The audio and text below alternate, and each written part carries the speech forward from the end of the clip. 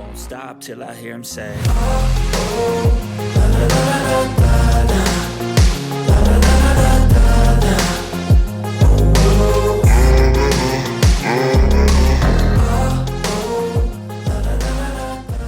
Alrighty, what is going on, CYPRX advanced YouTubers? Welcome back to the CYPRX YouTube page. As always, if you're interested in learning about cryptocurrencies, commodities, indices, foreign exchange, please go ahead, do me a favor and subscribe to our YouTube channel. Guys and gals, in today's video breakdown, I have a video compilation for you all that I've pieced together, pretty much explaining to you guys how fintech and why every single bank is going to be utilizing blockchain technology, how fintech's going to revolutionize the world, why the future is going to be blockchain efficient. You guys really have to understand how early we are in this market. So that first leads me to this tweet that I have for you guys. And I said, I hope everyone truly understands that blockchain technology is going to be more disruptive to the industry than both cell phones and the internet combined. We are early. Have patience, guys and gals. Now, I am a crypto utility driven asset investor personally. So I do cover XLM, XRP, Casper, HBAR, QNT, XDC on this YouTube channel. So I'm going to stick to that. In today's video, I'm going to show you guys why Ripple is a big major player in this fintech cryptocurrency blockchain adoption future. Okay, this is massive. And I've told you guys to do your own research, pay attention to the documents, pay attention to these major banking elites in the conferences and the panels that they have. You guys can go and watch this stuff for free on YouTube and educate yourself on how impactful this is going to be to the market. And Ripple plays a massive role in this cryptocurrency adoption and the future of blockchain technology. Guys and gals, for the banking institutions, Brad Garlinghouse in previous videos I've shown you all is working with the system and working with the banking institutions, whereas other cryptocurrency assets sought out to disrupt the financial ecosystem at first and replace banks. That is not happening. That is why banking institutions are coming out with CBDCs. They're attempting to try and get in front of this whole entire fintech revolution and take over it. And companies like Ripple are trying and attempting to work with the banking institutions on that. And that is why they are going to be so successful. So in this video breakdown, sit back, relax, enjoy the video display that I have for you guys.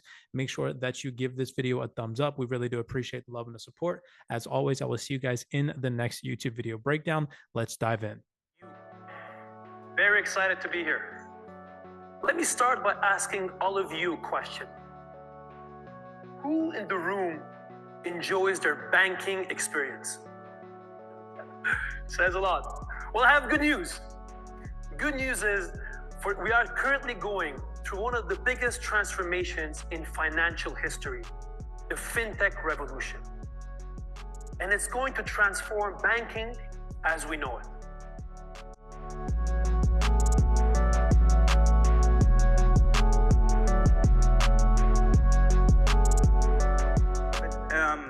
Sometime last year at Visa, we interviewed about 6,000 consumers around the world. They were, the head of household, and asked them a whole bunch of questions around how they view crypto and digital assets. And one of the questions we asked them was, how likely would you be to switch your bank to one that offered crypto services?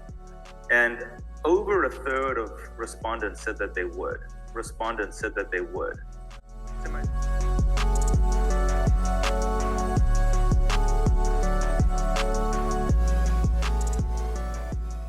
I can look at that and I know that it is true.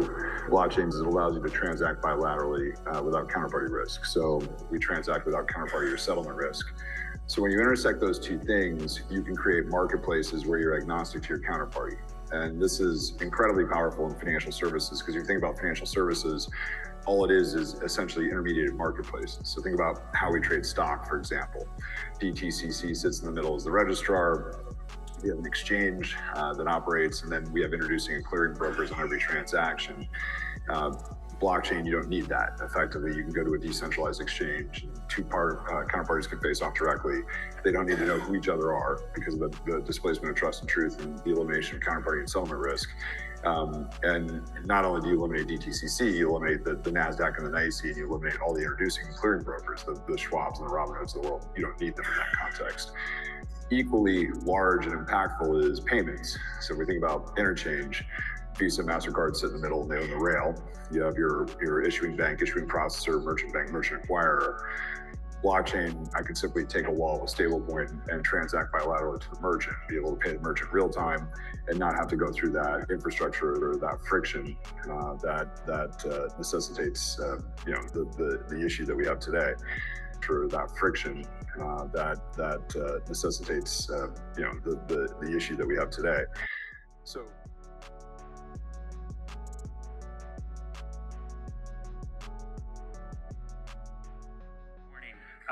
As was mentioned, I'm Kevin Moll, VP of Product Marketing, joined here by Ross Edwards of Client Solutions. You know, Brad started the conference yesterday and said, to fix the friction in payments, we need to reset the piping. And today, to fix the friction in payments, we need to reset the piping. And today, Ross and I will show you a little bit of that piping, getting under the hood. For our customers, our 300 plus customers across 70 countries, the payment experience for the end user is simple, frictionless, fast, To show you that demo would take 20 seconds. But when you look behind the scenes, that's where the magic happens. The magic of a blockchain transaction is allowing two parties to transact without trust. Today, every transaction like that goes through a central counterparty, whether it's a stock exchange, insurance. But for the people who are participating, to the extent we can reduce the friction measured by speed, time. Fix the friction in payments. Stablecoin and transact bilaterally to the merchant, be able to pay the merchant real time and not have to go through that infrastructure or that friction. To the extent we can reduce the friction measured by speed, time, and dramatically improve, how the money is moving.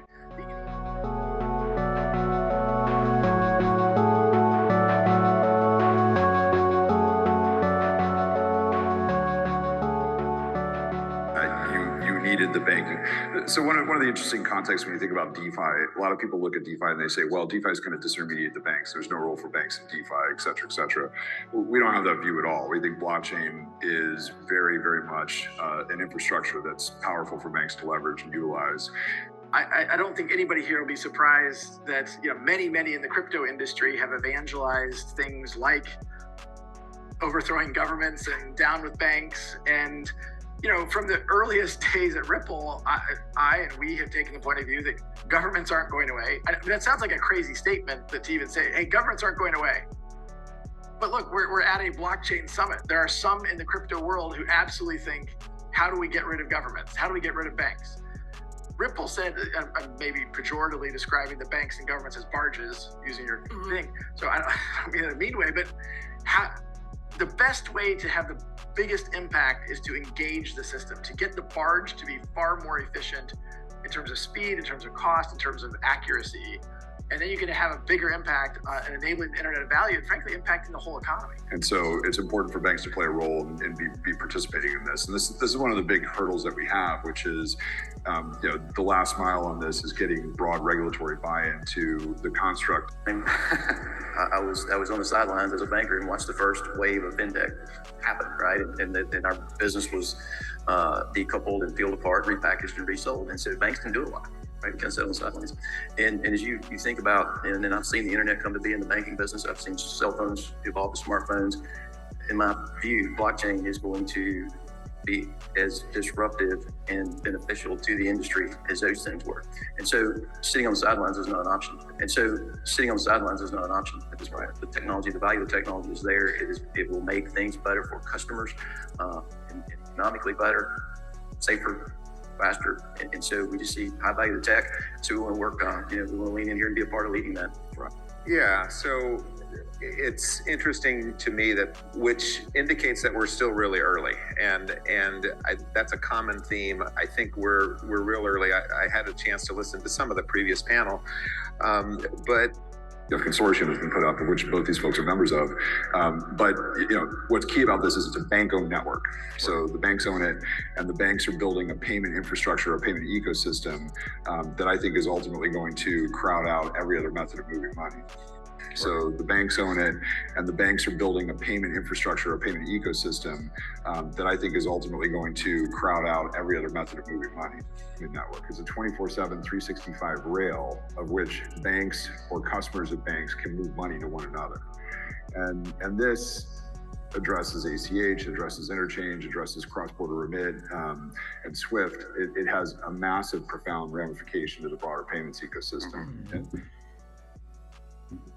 Alrighty, real fast before we go. So as you all heard from that last little part of the video breakdown, this technology is going to have massive ramifications on the banking economy as a whole. You guys also heard that the banks are creating payment infrastructures that are revolutionizing the way that they make intermittent transactions, cross-border payments, things of that nature, okay?